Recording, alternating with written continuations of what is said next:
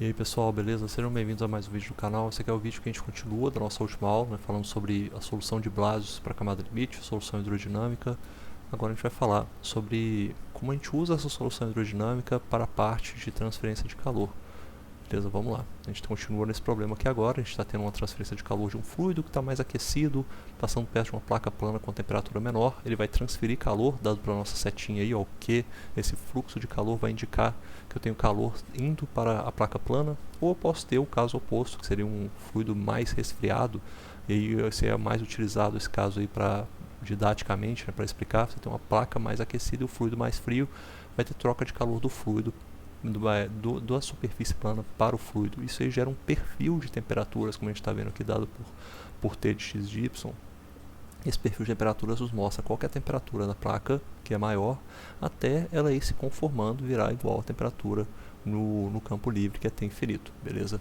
Isso daí é esse perfil que é importante para a gente determinar, porque é justamente a partir desse perfil que a gente determina que nesse ponto, ó, o que a gente vai querer, que é justamente neste ponto aqui, nós queremos saber qual que é a derivada de t com relação a y em y igual a zero. E é nesse ponto, a partir disso, que esse ponto é crucial, porque neste ponto nós temos a troca de calor por condução, porque o fluido ali está parado. Ali por condição de contorno hidrodinâmico, o fluido está parado, então eu determino a troca de calor por condução e eu consigo calcular qual é o fluxo de calor que está passando ali por essa região, beleza? Então vamos lá, para resolver esse problema eu já resolvi, na verdade, a parte hidrodinâmica. Então agora eu preciso resolver a parte da conservação da energia, que é essa equação que está dada aqui, a gente já viu. Estou desprezando aquele termo lá de dissipação térmica, porque ele é muito pequeno com relação ao resto das coisas que eu tenho no meu estudo. Vou resolver isso aqui por similaridade. Vou definir essa função de similaridade aqui, ó, que é simplesmente uma razão de temperatura. Está vendo a temperatura menos a temperatura do infinito, temperatura de superfície menos a temperatura do infinito novamente. Se eu uso essa função aqui e substituo na equação de conservação da energia, eu obtenho essa função que é chamada de solução da camada limite térmica.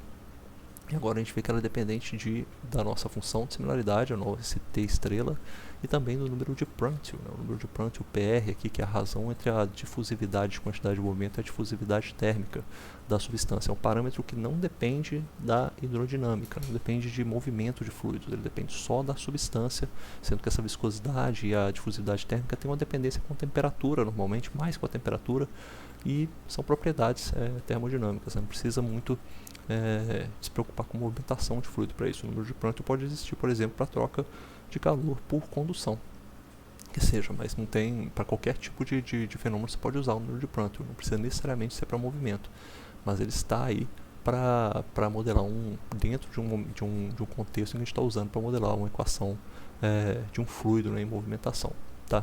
Mas nesse caso aqui o número de Prandtl aparece, você resolve também junto com essa função f. Essa função f vem de onde? A função que vem da solução da camada limite Blasius.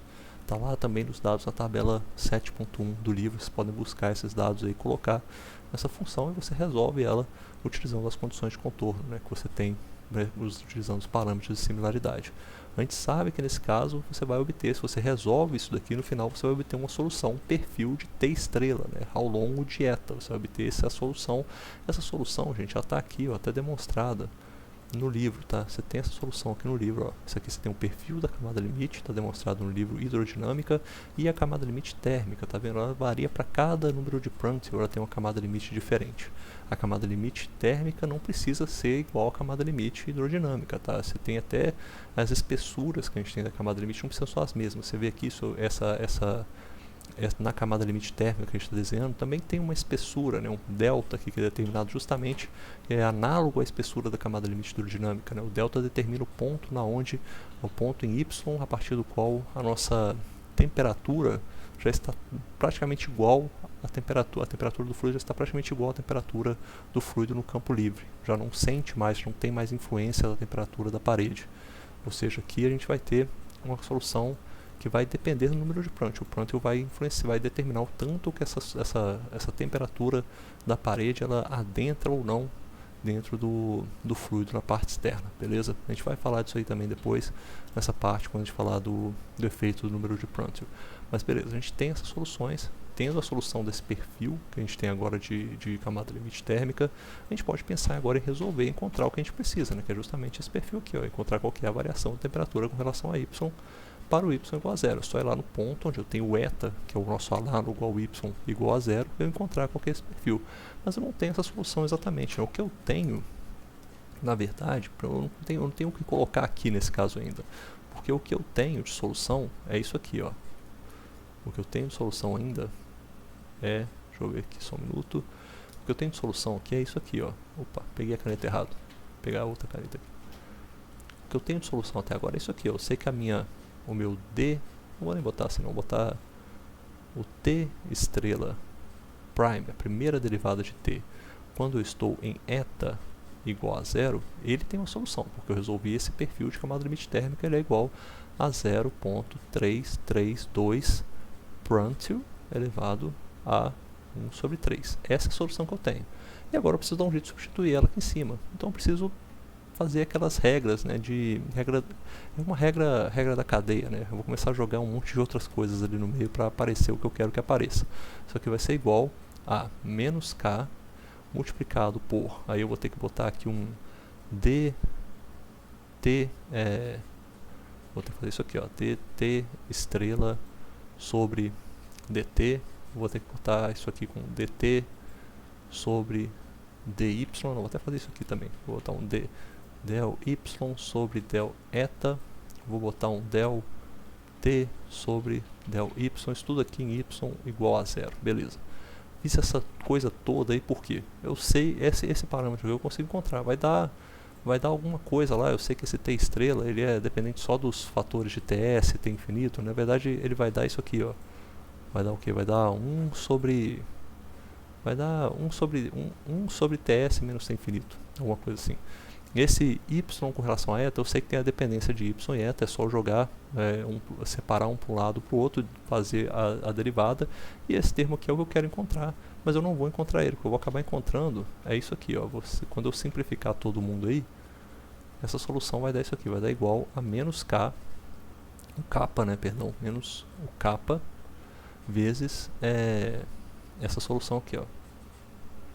Menos kappa, eu sei que nessa solução aqui vai dar o seguinte, vai dar menos kappa vezes a...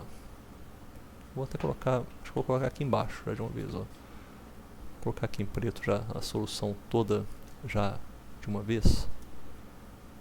Vai ficar assim, ó, o QS é igual a menos 0,332 vezes o kappa multiplicado pelo t infinito menos ts, ó, isso daqui dividido por x. Eu vou jogar um x aqui embaixo, mas eu vou explicar o porquê. Multiplicado por isso aqui, ó, por u infinito x sobre ni elevado a meio e o Prandtl elevado a 1/3. Ou seja, se eu resolvo isso daqui tudo, a solução que eu obtenho é essa aqui que está embaixo. Sendo que eu posso fazer mais uma simplificação, tá? Esse daqui, ó, que é u infinito vezes o x dividido por ni, eu posso substituir ele por isso aqui, ó. Só falar que isso aqui é igual ao quê? É igual ao número de Reynolds. Reynolds elevado a meio. Ou seja, eu tenho essa daqui passa a ser a minha solução da troca de calor. Você vê que agora ela tem uma dependência do número de Reynolds e do número de Prandtl, né? Ou seja, depende de onde está o meu escoamento, depende também do Prandtl, que são as características que eu tenho da minha substância, tá? Então, tendo essa solução, eu posso definir também, deixa eu ver aqui, posso definir também um outro parâmetro. A gente já gosta de definir parâmetros adimensionais, vou definir aqui também um outro parâmetro, que é o número de Nusselt. Ó, eu posso, na verdade, o que é feito aqui, tá, ele faz isso aqui também, ó. Ele faz essa definição, ó. Já que eu tenho essa definição, eu posso usar isso aqui e definir qual que é o meu coeficiente convectivo. O coeficiente convectivo ele vai variar com relação a x, tá? O coeficiente convectivo, vou até botar assim, ó. Vou definir o meu coeficiente convectivo, porque eu sei que o coeficiente convectivo será igual a isso aqui, ó. Troca de calor que eu tenho dividido pelo Ts menos T infinito. Por quê? Porque é justamente isso que sai da lei do resfriamento de Newton. Sai daqui, ó, dessa lei do resfriamento de Newton. Então, se eu pego isso aqui e substituo essa troca de calor ali que eu acabei de calcular, isso aqui passa a ser igual a 0,332, aí some esse Ts menos T infinito, K sobre X multiplicado por Reynolds elevado a meio e o Prandtl elevado a 1/3. Beleza. Essa definição aqui nos diz o quê? Que esse coeficiente convectivo ele tem uma dependência direta com x. Óbvio, o Reynolds de x já nos indica isso, né? Que tem essa dependência com x. Mas está bem claro, bem explícito aqui que eu tenho uma dependência, ou seja, o meu coeficiente convectivo ele depende de x. Ou seja, o meu coeficiente convectivo a partir do ponto que eu começo aqui a minha solução, eu tenho um coeficiente convectivo em 0 que vai variar. Se eu venho aqui em x1, eu tenho um coeficiente convectivo, se eu venho aqui, tem outro coeficiente convectivo, eu vou ter uma curva de coeficiente convectivo aí se comportando ao longo de x, sabe? Não é constante, não é a mesma coisa ao longo do domínio todo não. Depois, se virar turbulento o escoamento, eu tenho outro coeficiente convectivo que vai aí mudando ao longo de x, tá? Então não é constante não. A partir dessas definições aqui, desse coeficiente convectivo, a gente pode definir o número de Nusselt também. O número de Nusselt, vou botar assim, só o Nusselt. O número de Nusselt é definido como NU é igual a hx multiplicado por x, que seria no caso a distância, dividido pelo kappa. O que o número de Nusselt está dizendo aí pra gente? Esse x aqui é justamente a distância que a gente tem a partir do bordo de ataque, né? Ou seja, um comprimento. Esse K é o coeficiente da condutividade térmica que está relacionado à troca de calor por condução. E o hx é o coeficiente convectivo. O número de Nusselt indica pra gente essa razão entre a quantidade de troca de calor que é realizada por convecção e a quantidade de troca de calor que é realizada por condução. É praticamente isso, né, que ele está exemplificando para a gente, a intensidade que tem dessas trocas de calor, dos modos de troca de calor que estão acontecendo.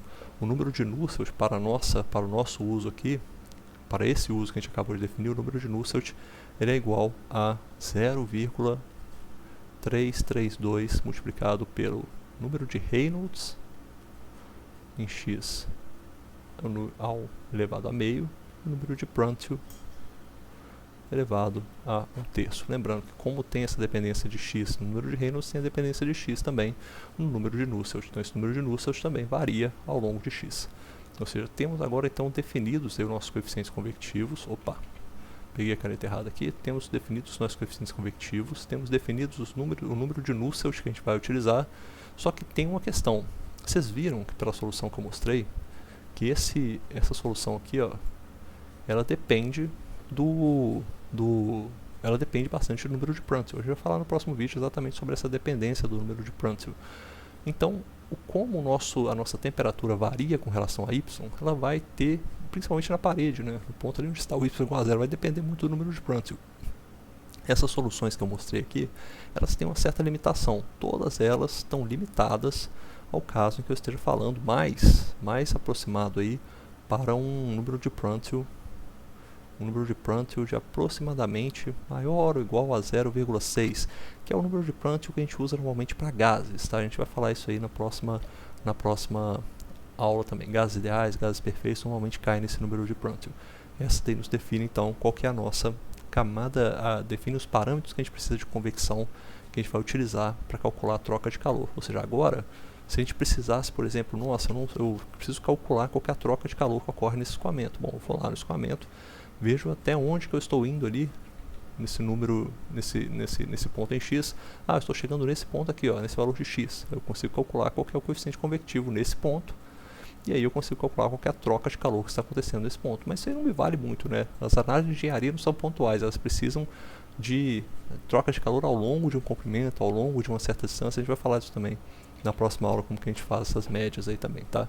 Então fica aqui essa imagem geral que a gente está analisando por enquanto. Ó, a gente estava querendo saber como que a gente ia estudar essa troca de calor de uma placa plana para o escoamento. A gente precisa identificar isso, a gente precisaria identificar qual que seria essa diferença, essa taxa de variação de temperatura com relação a y na parede. A gente conseguiu identificar. Usamos a nossa solução hidrodinâmica, usamos a solução agora da camada limite térmica e chegamos a um valor que vale, limitado, obviamente, somente aqui para essa solução que a gente está mostrando, é limitadíssima para o número de Prandtl igual a esse daqui. Ó. Se a gente não tiver nesse número de Prandtl, aí eu tenho que calcular qual que é essa variação de T com relação a eta, onde o eta é igual a 0, desde que eu tenha uma solução que me descreva isso, beleza? Fica então a nossa solução. Na próxima aula a gente vai falar sobre esses efeitos aí, um pouco sobre as camadas limite hidrodinâmicas e térmicas e o efeito do número de Prandtl, beleza? Um abraço.